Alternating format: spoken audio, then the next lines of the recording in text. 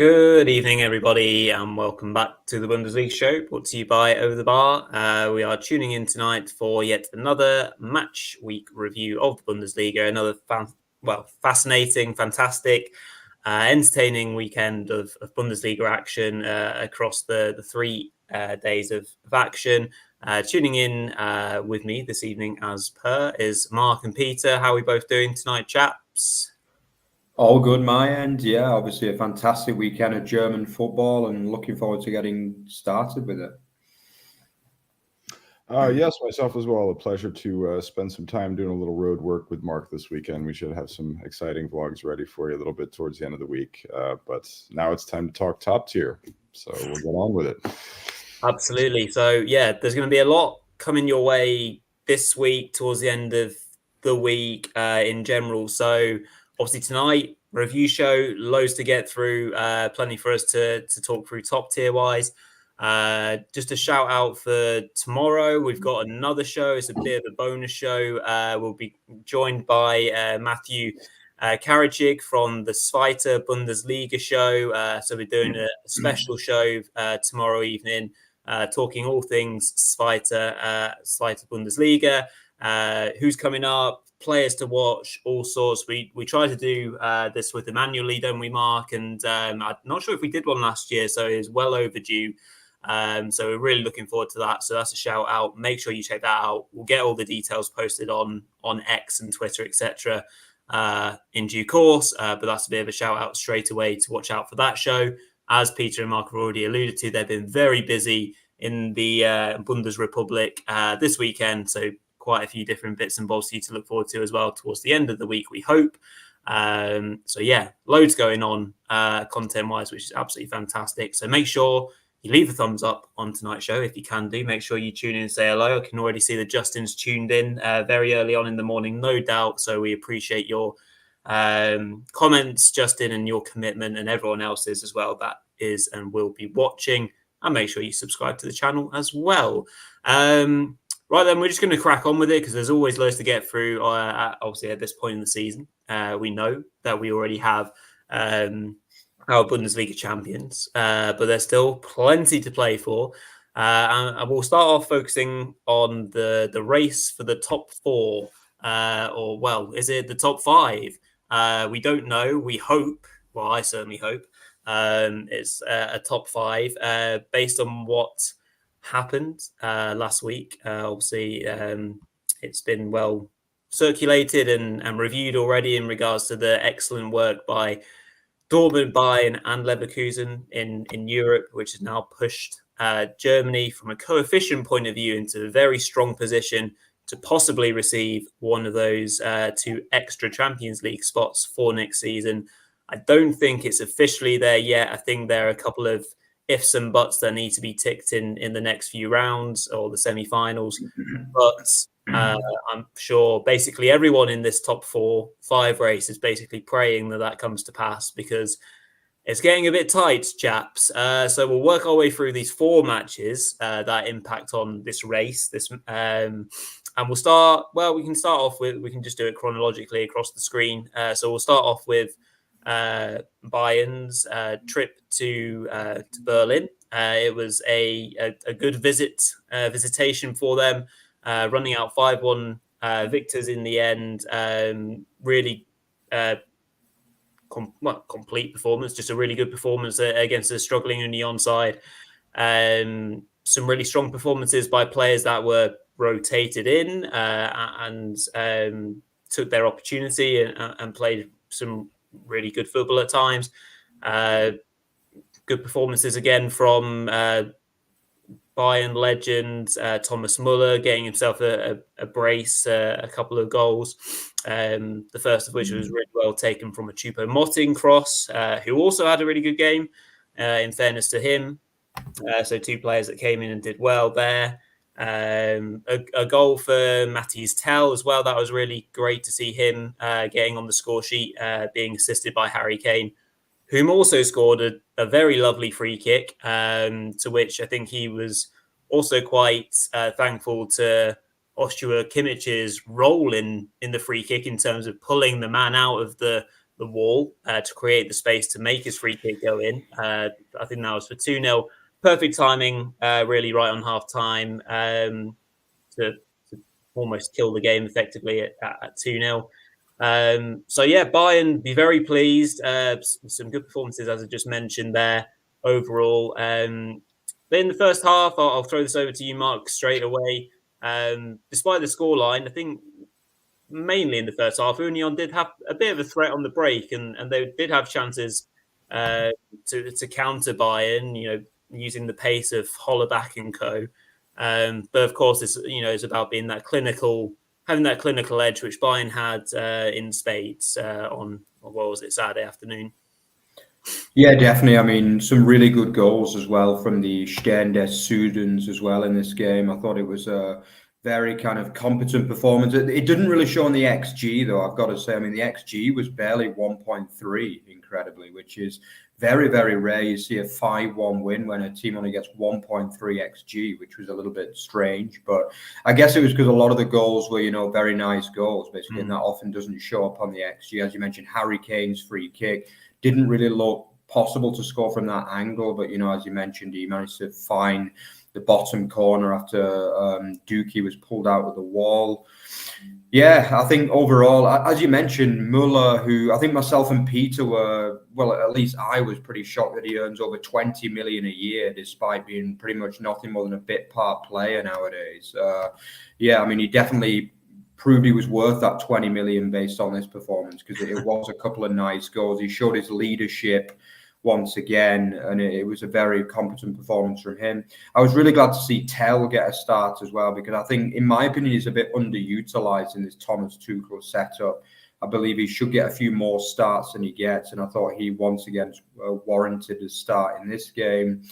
Yeah, I mean, it's been a good week for Bayern, hasn't it? I mean, obviously that fantastic backs to the wall, kind of gritty win over Arsenal, which got them into the last four, the Champions League, which to be honest, they have a real chance of beating Real Madrid. I really do believe that. I think they can win that tie. I thought Real were lucky to beat City in truth, and were pretty much outplayed for the two legs. So I do believe that, Bayern have a chance in that one. And, all's looking good again. As we called it, I think myself and Peter called it on Thursday, we called it the battle for the Super Cup between Bayern and Dortmund and Stuttgart. Looks like it's going to go Bayern's way now, on the back of the result, which obviously followed on the Sunday, which I'm sure, Rory, you won't be overly happy to talk about. But yeah, very convincing, but to an extent, it's too little too late for the Bayern team, isn't it? I mean, yeah, it was a good win, but too little too late, I guess, is the way you can kind of analyse this one. Yeah, we don't have to necessarily dwell on this match too much. What might be something more interesting to ponder on is the the decision to be made by Bayern for who they're going to hire as their next head coach. Obviously, the news last week in regards to Julian Nagelsmann extending his contract with the national team, pretty much, it does douse all kind of rumours in regards to him coming back to Bayern and taking on the job. So I'll throw this over to you, Peter, to kind of cover a little bit. We maybe have a bit of a two-way race as far as what I've read so far in regards to the Bayern head coach role. Obviously, between Unai Emery and De Zerbi is what I've heard. So two interesting names, two highly regarded managers. Who do you think will get the nod, and who do you think would be best for Bayern next season? Predicting Max Eberle is never easy. He is a very, very difficult character to predict. So I don't even know if he has a list of preferred candidates drawn up at this moment in time. Ralf Rangnick has been linked with the position. It's entirely possible that they might assign him. He's, of course, currently in charge of the Austria national football team. There were some rumors today linking Hans-Dieter Flick with a return to the position. I don't believe that that's very, very credible. My colleague at Bully Newsroom also linked Lucien Favre with the position. I somehow think that might not be the best idea either. It really does get dicey now. I think because that Nagelsmann news that dropped on Friday was something of a bombshell. Many of us assumed that Nagelsmann was actually interested in going back to Bayern. It should be noted that there is a special clause in Nagelsmann's contract. If Germany do not survive the group stage in the Euros, he is terminated immediately, and his entire salary beyond the Euros is annulled. So it's not inconceivable that he could be brought back into the discussion.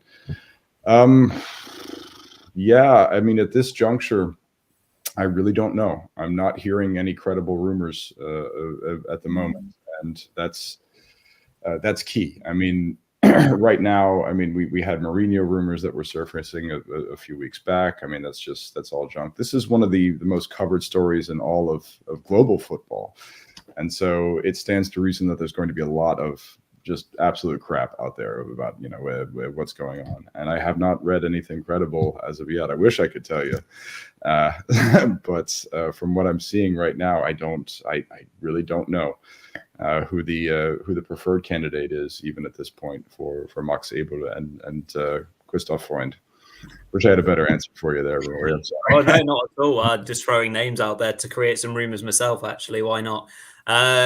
So, yeah, I mean, it will be interesting. It's a big job on whomever's hands are lucky enough to get, which obviously is a great job to have overall.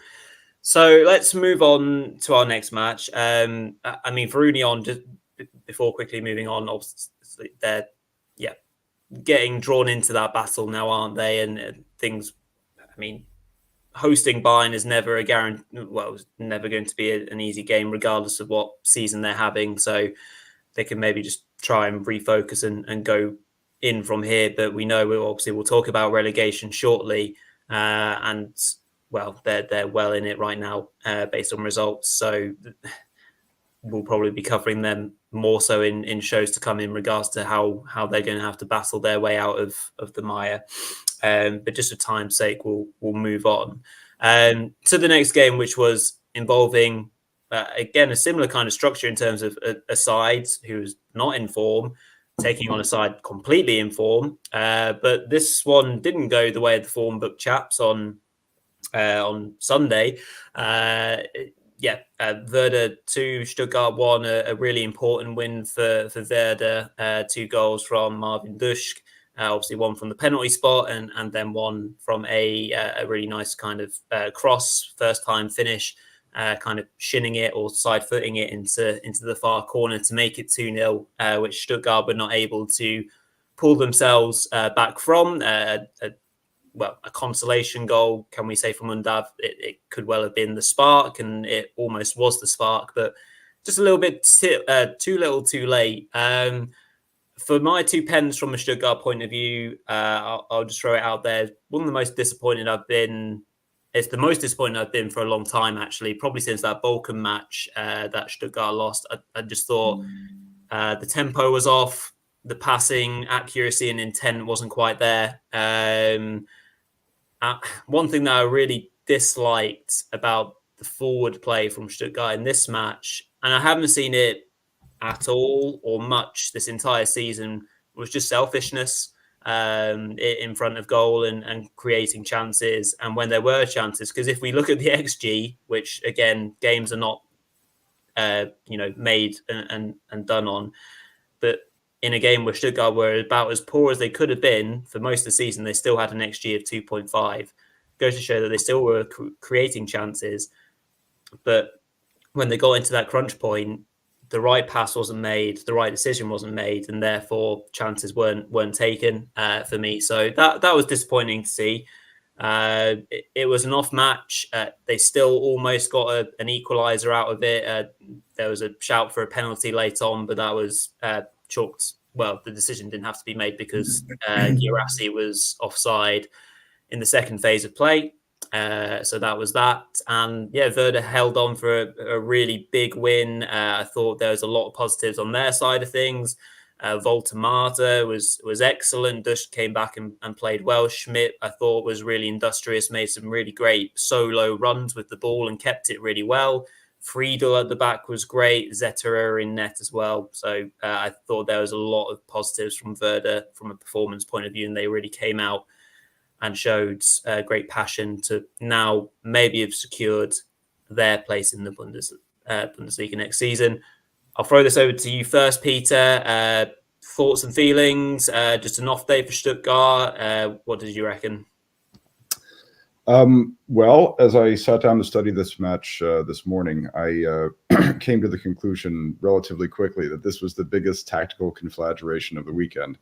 That what we saw from Timo Schultz's FC Köln was a close second. We'll get to that. I see that Moritz is here, and we'll get to that eventually. But it all began with this was an interesting chess match between Hoeneß and Uli Werner, the SV Werder Bremen trainer, who sometimes runs a 3-4-3. Werner generally likes his 3-5-2, but with Duck struggling, Hoeneß correctly predicted that he would run a 3-4-3. And it was such that Hoeneß decided to run a 3-4-3 himself.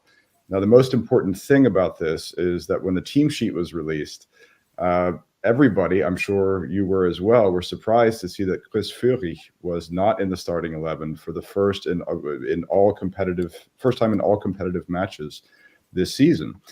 So he went with this very odd-looking 3-4-3 in which Undav was sort of out on the left wing, but also working as a service striker. I couldn't quite figure it out. Milo was definitely far there on the right wing, and Leveling was working as a right back, or a right wing back, I should say. And that's what led to the first penalty. Was that so? I mean, this was just a bad tactical move. Hoeneß had his 4-2-3-1. It was working just fine. Players were playing out of position, and everything was going just great. I don't really think he needed to tinker as much as he did here. And of course, when they did go back to the 4-2-3-1 in the second half and got Chris Führig on the pitch, they played much better. Yep. And it was it was a case of them sort of waking up far too late, because there were plenty of chances. Actually, in the first half, there were plenty of chances as well. I think they struck the crossbar once. If I'm not mistaken, Undav had something of a poor finish directly in front of Zeder. Zeder also made a surprisingly good save. I think the selfishness that you're referring to probably has to do with Leveling, who had something of a nightmare match, and not just drawing that penalty or committing that foul that caused the penalty. But also there was a case in which Guirassy was wide open in the box, and he opted to have a go himself. And so, Leveling, there's been some rumors that he wants to stay at Stuttgart, but Stuttgart aren't interested in keeping him. They want to send him back to Union. So perhaps he thought that he had a point to prove. That's something of that nature. I would like to point out that before turning over to Mark and I were just agog at what was happening with this match, as we were taking in some field hockey and a little bit of cricket on the sports ground there. But Mark has some explaining to do too, so I would like to be interested to get Mark's take on what went wrong with Stuttgart this time around. Yeah, I think those of you that don't know, I normally give my dad like a super tip of the weekend, and basically this week it was Stuttgart, and he kindly informed us just before kickoff that he'd had a decent bet, let's just say, on Stuttgart, and I was pretty confident, but it was always going to work out that way, wasn't it? Once that my dad had put a bet on it, and basically it didn't work out well at all, obviously, for myself and my dad, or for Rory, basically. So I woke up to a bit of an earache this morning from my dad, basically saying, wow, how can you tip that? Why would you tip that one? But definitely, that didn't work out so well. If you're watching, Dad, as well, sorry about that one. But I know he normally watches the show on replay, so he's probably not watching right now. But if you are, apologies on that one. But definitely, I mean, it was a massive result for Werder. Obviously, a lot of people were talking about them on the fringes of the relegation race before this game, myself included as well. But I think the tactical change as well from them to go to the 3-4-3 worked really well for them as well. I felt as though Walter Mader, who, by the way, is likely to go to Stuttgart if reports are to be believed as well. I mean, obviously, he wanted to put on a performance in this game, because I agree that he's a player that doesn't really get the goals, but I definitely see potential in the big man. I think I mentioned it to you, Peter, didn't I, before kickoff, that I do like him, even though he's not really got the goals that you might want from a man in that position. But I do think he played well in this game. Yeah, Dux, who has been quiet for a few weeks, obviously he was back to his clinical best, and I just felt as though that system worked better than what we've seen for most of the Rückrunde, really, from Ole Werner's men. And I think that is probably something they're going to want to keep with that 3-4-3 for the rest of the season. Will be interesting to see how they line up away from home next week in Augsburg, whether they go with the same system or whether they go back to a more conservative lineup that we've seen for large parts of this season. But that was definitely, it was a full energy performance. I think, Lehnen, who's a player that's gone up and down, but I think he had a good game in this match as well. He was a player that I initially really liked, but then he kind of went off and lost his place in the lineup. But it was good to see him back to form in this game. And there still is potential in this Werder side. I mean, it's not exactly a side that's packed with quality, but I mean, they should be safe now, up to 34 points through 30 games. I mean, they're just going to need, the famous 35-point mark could still potentially be applied this season, although it's looking a little bit unlikely considering the third bottom Bochum now have obviously got 27 points through 30 games. So you're probably looking at 34 points being safe in truth. So it was a really, really big win for the SVW in this game. But yeah, for Stuttgart, it's the first blip in a long, long time, isn't it? I mean, correct me if I'm wrong, but it's their first defeat since that dark January afternoon in Bochum, wasn't it? When they didn't play very well at all in that game. But, obviously as well, Stuttgart have got some hard games coming up. They go to Leverkusen next, and then obviously they got the Süd derby against FC Bayern München. So it's going to be a hard run into the final, then another kind of semi-derby against Augsburg as well. So the top four isn't guaranteed. There's still 6 points clear of Dortmund, obviously, who conceded that last-second equaliser against Leverkusen, which, to be honest, Rory, you must have been pretty happy to see that one go in, because if it wasn't for that one, you would have been looking in a little bit of trouble.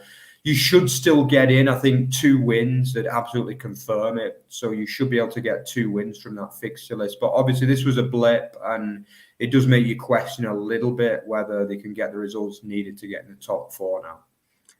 Certainly makes things exciting, more exciting than I want them to be. But we'll keep on cheering on the German teams in Europe and hope that top 5 is confirmed as soon as possible to save me any heartache or palpitations later on in the season. Morris just saying he's a bit worried about Stuttgart next season, not in terms of relegation, but more about mid-table. We'll see about that, Morris. Hopefully not. Hopefully they do just as well. But at the moment, still in 3rd place, and it was a bad afternoon for my boys. Moving on then, Heidenheim 1, RB Leipzig 2. Really, really important victory for Leipzig on Saturday afternoon. A tough place to go. Heidenheim has been all season for most sides. Really, workmanlike. A first half of no great amount of chances. There was obviously an opportunity early on for Kevin Sessa, who profited from a little bit of slack work at the back from Leipzig, but was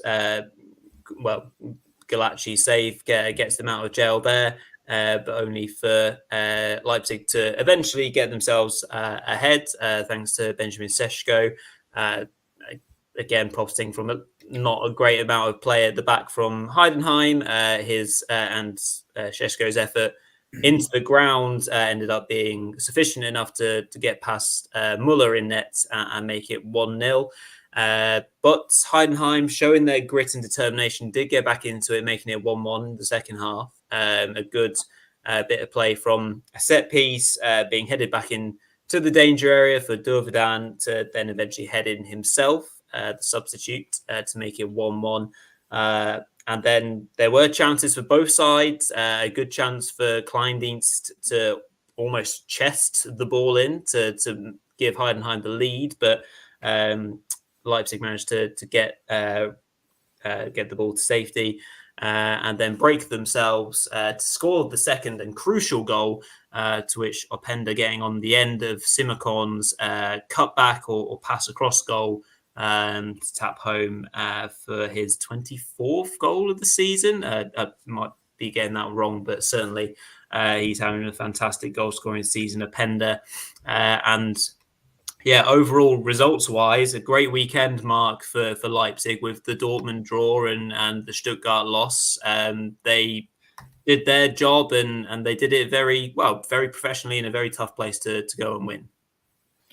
Yeah, absolutely. I mean, obviously, we've talked a lot about Leipzig dominating games and not being able to see them through, but this was a kind of the opposite way, basically. I felt as though, personally, watching the game, I actually felt as though Heidenheim probably edged this game, in truth, in terms of quality of play and also chances. I feel as though the FCH were fantastic in the game, building on this really strong form that they've been putting in recent weeks, and they were unlucky probably not to get a draw. Obviously, the XG reflects that, around about 1.7, 1.8 for both sides. It was a very even match. But yeah, I feel as though this was one that Leipzig probably shouldn't have won, in truth, but they got over the line. I thought early on they started very slow, and I felt as though Heidenheim were well on top, really, before Šeško got that rather scrappy opener, in truth. I think Kleindienst was starting well in the game. Peering, who's in and out of the team, he was good. Sessa, who's another one that's, started to show himself for Heidenheim in recent weeks. I thought had a couple of half chances. But yeah, as you mentioned, I think the winning goal, though, was a really nice goal, actually. I think, the assist from Simakon, who somewhat surprisingly started on the bench in this game and came on as a second half sub. Supplied Openda really well, and that was his 23rd league goal, but he's got probably close to 30 in all competitions now. He got a few in the Champions League as well, so it's been a very, very strong breakout season for him in the Bundesliga, the Belgian international. And it was a massive goal, as you say, Rory, because without this, we've got a massive game next week, probably the likely top four decider between RB Leipzig and Borussia Dortmund. It's going to be in Leipzig, and it's going to be a massive game, this one. I feel as though this really is one of them where you feel as though, winner takes all, really, in many ways. I think if Leipzig can win that game, it kills the top four race for me. I don't see Dortmund recovering a 5-point deficit with 3 games to go. So, Leipzig are on great form in general. They've got a lot of players playing well. Xavi Simons continues to show form. Openda has become a lot more clinical. And, Danny Olmo, he's just always there and thereabouts, isn't he? He's such a fantastic technical player. So, yeah, commiserations to Heidenheim, because I thought they put in a really good effort again against a top 4 side. I felt as though they were good. Another cross from Bester for the pre-assist with Peering heading on. And it was a kind of classic Heidenheim goal, wasn't it, that we've got used to over the last year or so. So many quality players involved in that move. They weren't quite able to get the point that they deserved in this game, but they're safe for me on 34 points. The very maximum they're going to need is another point. But I feel as though they could probably lose all 4 and stay up, in truth. But, they're going to want to carry on the momentum into next season and give themselves a chance of keeping some of those bigger players, because I think I mentioned to Petre as well when we were up walking around yesterday that the problem for Heidenheim is if they lose Kleindienst and Bester, and that at the end of the day they could earn a lot more money, both of them. Neither of them are particularly well paid at Heidenheim, and that is going to be a worry for them. That lose them, and their options aren't going to be that good with that kind of budget. Their weekly budget for wages is only 500,000, a little bit less than $500,000 a week. There are footballers getting paid that, in just one player basically is getting paid that. That's the whole squad of 24, 26 players are getting less than $500,000 a week. So you could see the kind of budget that this team is operating on, and it's been a great story, but they're going to want to finish strongly to give themselves a chance of keeping the likes of those kind of players. Yeah, absolutely. So Leipzig doing a very, professional job in the end, but yeah, they maybe didn't have their best outing, but got the job done in a tricky place to go. Sets things up beautifully for next week, as you said, Mark. Really looking forward to that one. Right then, we're with the sense of time. Obviously, we're half an hour in, and we've only got through 3 games. I'm going to move things on. So yeah, Dortmund won, Leverkusen won. The unbeaten streak runs ever lasting. Goes on the 97th minute. Equaliser from Josip Stanisic rescues a point for Leverkusen and prevents Dortmund from getting a huge win for their own season. After Füllkrug, a late Füllkrug goal had gone in, a nice finish from I think Sabitzer's cross, which was a fairly ill-tempered match, chaps. One with some contentious decisions, some interesting refereeing moments as well.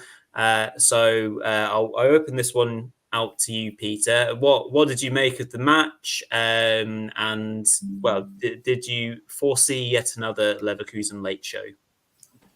Well, thank goodness a couple of matches that Mark and I predicted this weekend came out as we predicted they would, as so many did not. Leipzig, Heidenheim happened to be one of them. It was one that we predicted Heidenheim had a lot to show Leipzig, but Leipzig would ultimately prevail. And we both tipped a draw in this one. We thought that the teams were fairly evenly matched and that it would unfold a little bit like the reverse fixture did this season, in which one half belonged to one team and one half belonged to another. Of course, it didn't exactly unfold like that. There were a lot of poor refereeing decisions in this one. It all began with the initial penalty that should have been awarded for Emre Can's stomp on Jeremy Frimpong in the box. And not only should that have been a penalty, that probably should have been a straight red. So when you have refereeing controversies so early in the match, Daniel Siebert was not given failing marks by the German press, but pretty close by most German press sources. Once I dissected all of those this morning, it was a very poorly officiated match. Tempers were, of course, flaring there towards the end.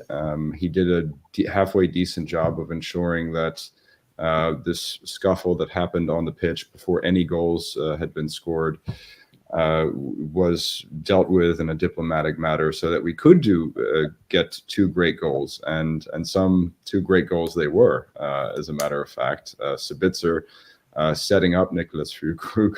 What a week it has been for both of them. And then, of course, more late magic from Leverkusen. Fairly unspectacular goal off of a set piece. But, I mean, it goes to show again that Leverkusen, of course, obviously never give up. I've predicted many times on this pod that I believe that they can achieve the undefeated season in addition to a triple crown. I think they proved it again, that they can do so. I mean, the primary reason that Leverkusen were rather limp in this match was the fact that both Boniface and Schick were withheld from the starting 11, both carrying knocks. And Jonas Hoffmann was playing as a very, very deep false 9 in an interesting sort of looking 3-4-3. And Leverkusen probably were the better team and had more opportunities to score and deserved to be feel hard done by due to that penalty call. You know, we're getting some questions. I see in the chat we're getting some questions about next season. And Morris also points out, yes, red card for Xhaka, in my opinion. Perhaps poor refereeing decisions by Daniel Siebert on both sides canceled out. But in terms of next season, I think DM put up there early on in the show that why is everybody reporting that Leverkusen is about to get torn apart? That's actually not the case in German footballing media. Fernando Carr has admitted that there might be one big sale, and that person might be Frimpong. They might be showcasing him for a sale in the final weeks. But very few people expect Leverkusen to be torn apart. That kind of ties us in a little bit towards Rory Stuttgart, which might enable me to come up with an answer to the first question that Rory had for me in this pod that I didn't necessarily have a good answer for. Sebastian Hoeneß is, of course, Uli Hoeneß's nephew, Dieter Hoeneß's son. He has signed a contract extension with Stuttgart. It is standard practice these days that such contract extensions have an exit clause. So if Stuttgart dip in the final weeks of the season, this is double bad news for Rory's Swabians, because it might be the case that Sebastian Hoeneß is more interested in joining Uncle Uli over at the German record champions. And I think he definitely will join them if Stuttgart slip out of the Champions League. We arrive then at the complex topic of Dortmund Leipzig. What happens next week? Good question. A very good game from Leipzig. As a matter of fact, the big story of this game was that the Heidenheim fans, they lit some Buttersäure on fire, some putric acid in protest of the RB. And they responded with Openda with one of his best goals of the season. I don't know how to tip Leipzig Dortmund next week. I probably would be leaning towards Dortmund, but I will turn it over to Mark to see, and to Rory as well, to see what you guys are tipping for that next big game, which of course has massive ramifications for the German Champions League race. Yeah, I mean, it's going to be fantastic, isn't it? Definitely looking forward to that one. But I'm actually tempted to say stick more with the RB Leipzig, to be honest. I don't know why. I think obviously Dortmund have performed well in big games in recent weeks, but I feel as though in recent times Leipzig have had the better of this rivalry. Actually, obviously Leipzig won 3-2 at the Signal Iduna Park in obviously, when was it now? In November, December kind of time. And I think actually they beat them at home last season as well. So I think Leipzig have the better of the minute. But obviously, you can't always tip based on previous results. But I just feel as though the stars are aligning for Leipzig at the minute. And it should be a high quality game, but I would just about fancy RB to get the win even there. But they might potentially even be happy with a draw, but it's hard to say at the minute. Yeah, absolutely. I'm backing Leipzig just about as well. 3-2 sounds about right for me as well, Justin. Of course, we shall go through it in the prediction show on Thursday as well for you all. So, yeah, lots to look forward to then.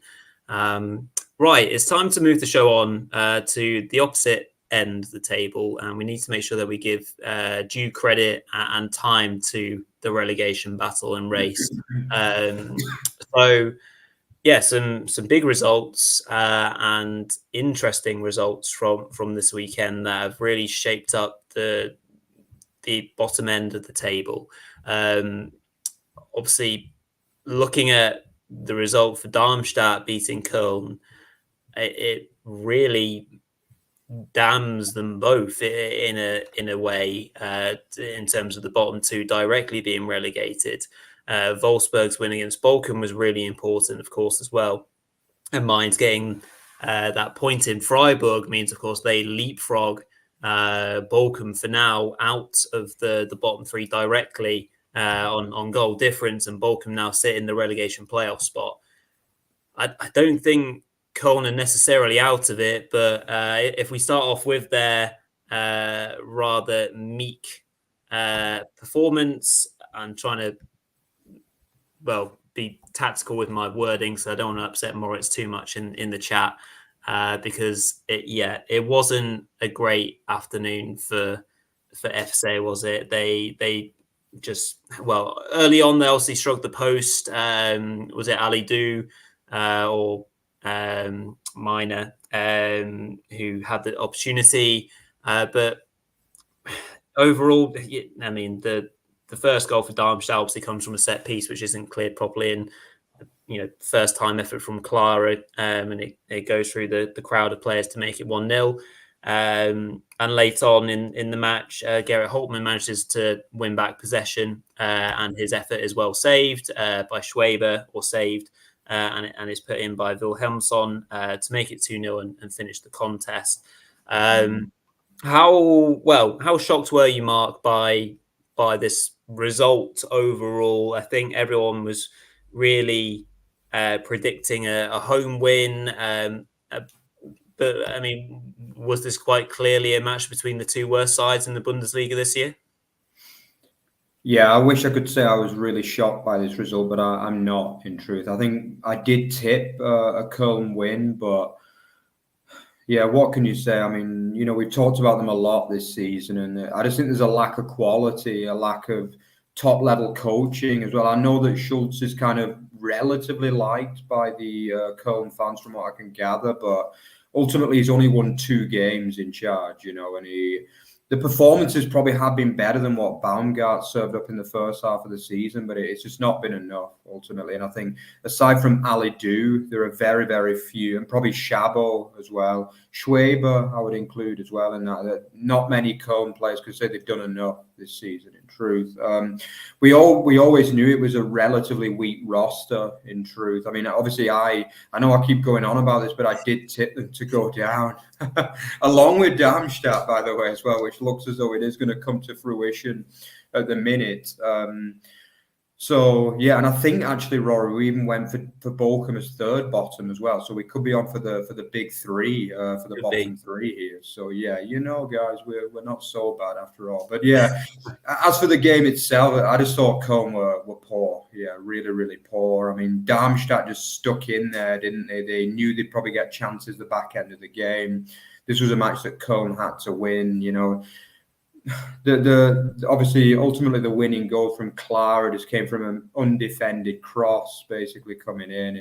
The whole thing was just a disaster. They didn't create enough. I mean, Waldschmidt started. I think me and Peter both asked for that to happen. To be fair, he had a few decent efforts first half, but he went down for that claim of a penalty, but it was never a penalty. And yeah, aside from the Ali Du effort, which was a good effort, to be fair, shuffling it out of his feet and just clipping the outside of the post, but not enough at the end of the day. Absolutely not enough. In this manner of game, they knew they had to win this game of football, and to average less than one goal XG is appalling, basically. Yeah, and I think very, very few people, including Moritz, I'm sure, would argue that Köln really deserve to stay up this season. I think they're going to be a big loss for the Bundesliga. I really like them as a club. The fan culture of that club. The city is a fantastic place. We're going to miss them in the Bundesliga, but from a purely sporting perspective, they're just not good enough at the end of the day. Obviously, they've had this problem with the transfer embargo, which has really done them over, because they've not been able to sign any players on what was already a kind of weak roster, really. It was always going to be a bottom 4-5 roster, really, what they've got there. But the fact that obviously Selke has been injured, I mean, it says a lot, the fact that we're talking about Selke as always like a prime Ibrahimovic or something in that team. But that's what he's been this season, basically. He's been the only one that's really provided any kind of consistent attacking threat for that side. And for me, that is the end, unfortunately, for Köln. I don't see them getting the win at Mainz that they now need to have any chances, basically making the last three games relevant. And it is going to be the end of the team from the Cathedral City, and who knows when we'll see them again. Well, yeah, we'll be watching it with great interest. Obviously, mathematically, it's still all open. It's still open for the great escape for Darmstadt as well. We can't ignore this. The fact that they're not down, they can still win their last four games and escape. There is 10 points between them and Bochum, mind, in obviously the relegation playoff spot. So it's looking relatively unlikely. But, without joking around, it's great that Darmstadt did get a win, because obviously they were setting records of not having one for X amount of months and weeks, and it was quite horrible. So I'm pleased in the sense that Darmstadt got the win. Obviously not great for Köln and Köln fans, of course. Peter, Wolfsburg getting the win over Bochum, huge win, obviously, and then setting things up for the Sunday match, which therefore has dropped Bochum into the bottom three. What did you make of this one?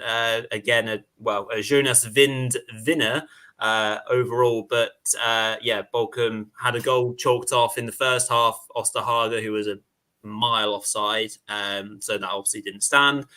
But otherwise, Bochum free falling still. Indeed. I made the mistake of making that match the focus of my 1530s kickoff article for Bully News. And I made a mistake because it was by far the worst match of the weekend. If you thought that Köln-Darmstadt was a hard watch, you should have seen Bochum-Wolfsburg. My God, this was a terrible match. And Wolfsburg have emerged victorious in what I've been calling, and Mark and I were both calling this, the battle of the clubs in total administrative disarray. Of course, Wolfsburg fired Niko Kovac, brought in Ralf Hasenhüttl. Then the man who hired Ralf Hasenhüttl, Marcel Schäfer, left. In the case of Bochum, I think we've all been in agreement that this Thomas Lech firing by the administrative duo of Patrick Fabian and Mark Letzau was a horrible mistake because so much of the team was built around Lech, his former Vitesse Arnhem players, players like Matteo Sparrow.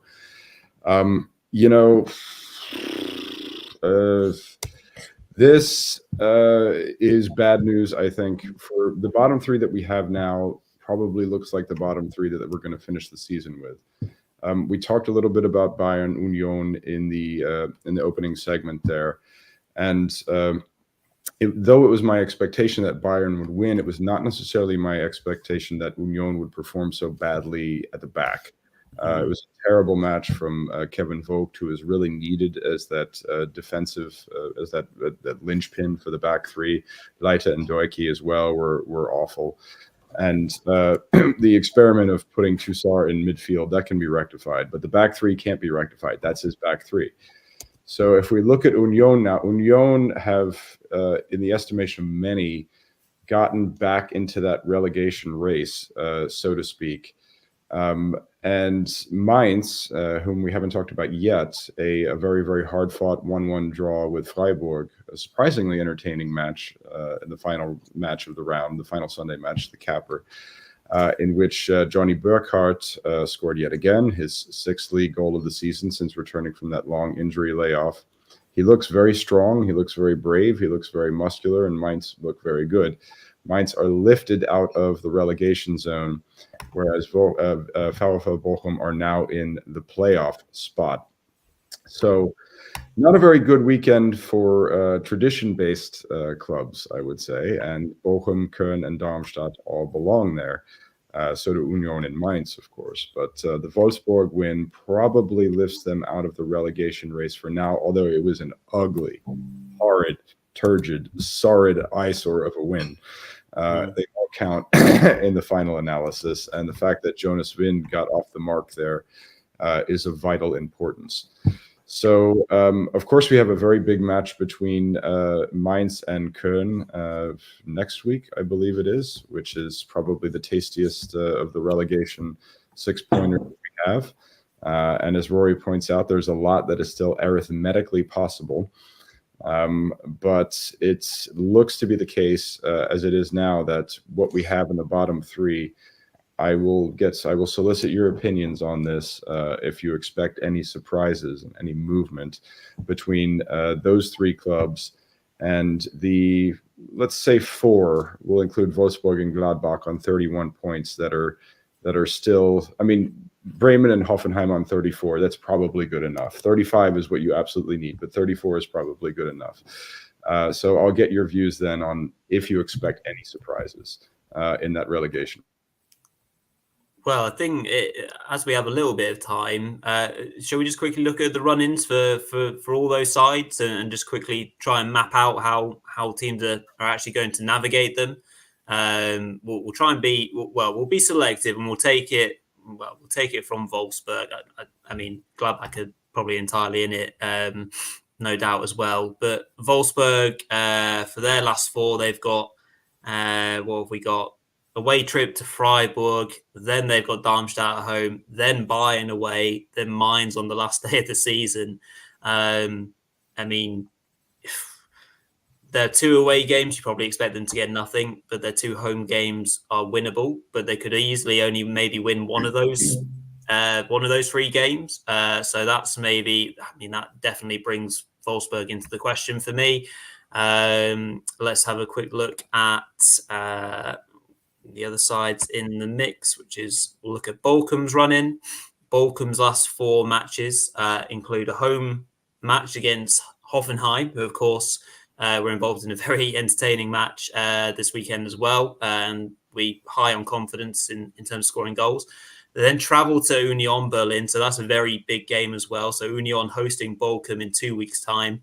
Bochum then host Leverkusen second to last, and then take an away trip to Werder on the last day, possibly needing a win to get them out of the mix. If Werder is safe, then you might think that they'll be looking a bit stronger there.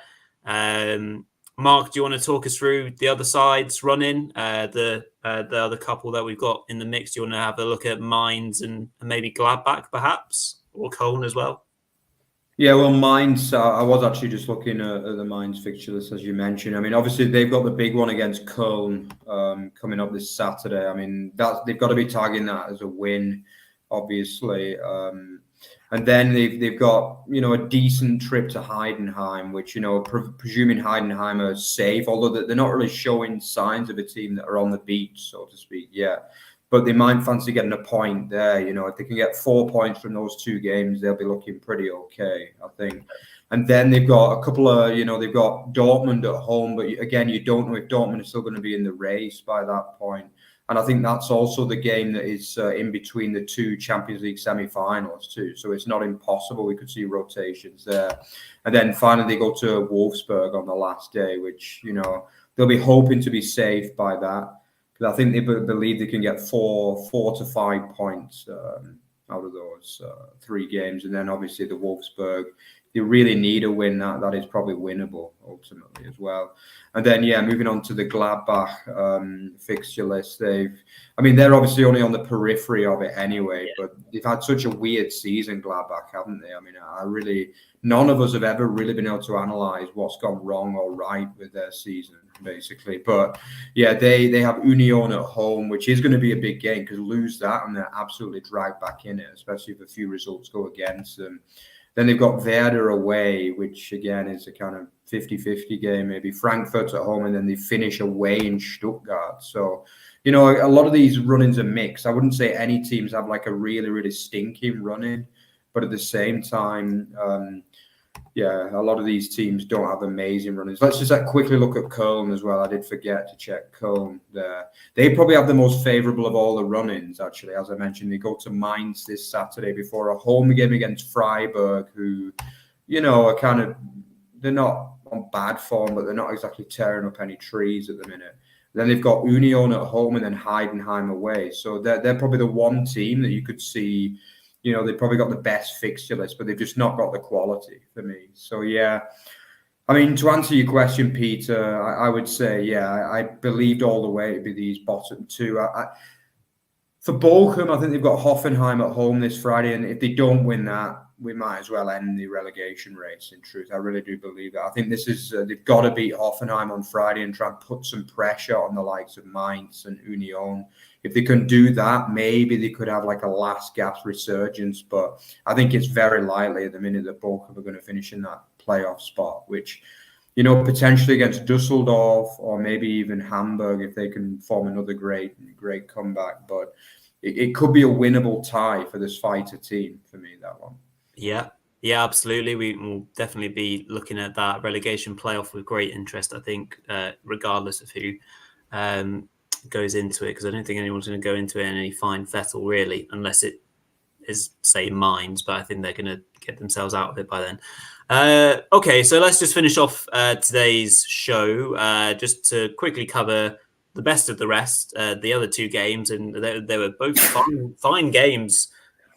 Oh, God bless you. In regards to goals being scored and comebacks and hat tricks and all sorts. The Friday night match obviously was a game in regard, having a big impact on the European spots. Augsburg taking the lead with a really good finish by Ruben Vargas. So Augsburg going out in front there. But Frankfurt had other ideas, and their front 3, Chaibi, Etikite, and Marmouche, all getting goals in a really good second half that they played. They had a number of chances elsewhere to score goals. And a nicely worked first goal. Bit of luck for Etikite to get the ball back, but he showed great determination to get his first goal. It was first Bundesliga goal in his 10th appearance or something like that. So really important for him. I'm pretty confident that Frankfurt are going to keep the striker, keep the player on a permanent deal. They've been pleased with what he's done so far, although be it he hasn't actually scored goals. So it sounds a lot of the sounds of that he's going to sign permanently. And then, the breakaway goal at the end for Marmouche to score was a nice one for him because he could walk it in for 3-1. And, really important victory for Frankfurt.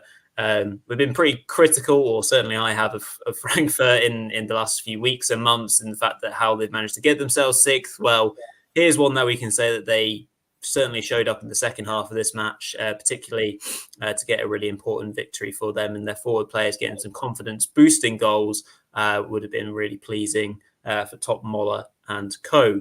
The other game, of course, on Saturday afternoon was a really topsy-turvy game full of great goals and strikes as well. It's not often that you'll see a player scoring a hat-trick and being on the losing end as well. So commiserations to Robin Hack. He just loves scoring goals in great quantities in matches and then not much in between. He loves the odd brace here and there, and now he's got a hat-trick to his name. So great, Rückrunde, I suppose, for the player. Hoffenheim obviously going ahead 1-0 through Wout Weghorst. Quickly, Robin Hack made it 1-1. And then two fine goals from Grisha Promel and Ozan Kabak, making it 2 and 3-1. Some really great strikes, clean strikes of the football that you'll see all weekend. To make it 3-1, you're then thinking, okay, well, that's that. But then the Gladbach comeback started, another goal for Hack, and then his hat-trick goal was, well, it was basically a cross. Don't let anyone tell you otherwise, to be honest, to make it 3-3. But the goals were not therefore done, as Stack was able to make it 4-3 right at the death for Hoffenheim to get a big win for them in regards to pushing up the table. They now sit on 39 points. And if we're talking about the race for 7th place, chaps, it's pretty close now. Again, if we see a Leverkusen win in the Pokal final, then the 7th place spot will be a Europa Conference League spot. I don't know what the impact will be if Leverkusen win the Pokal and the German side gets the 5th Champions League spot. I don't know the details of that. Peter, you might be able to tell me. But anyhow, it's very, very tight between Freiburg, Hoffenheim, and Augsburg. Just to finish off the show, who's going to get that 7th place Europa Conference League spot? Should it be the one? I'm going to go with Freiburg based on remaining schedule.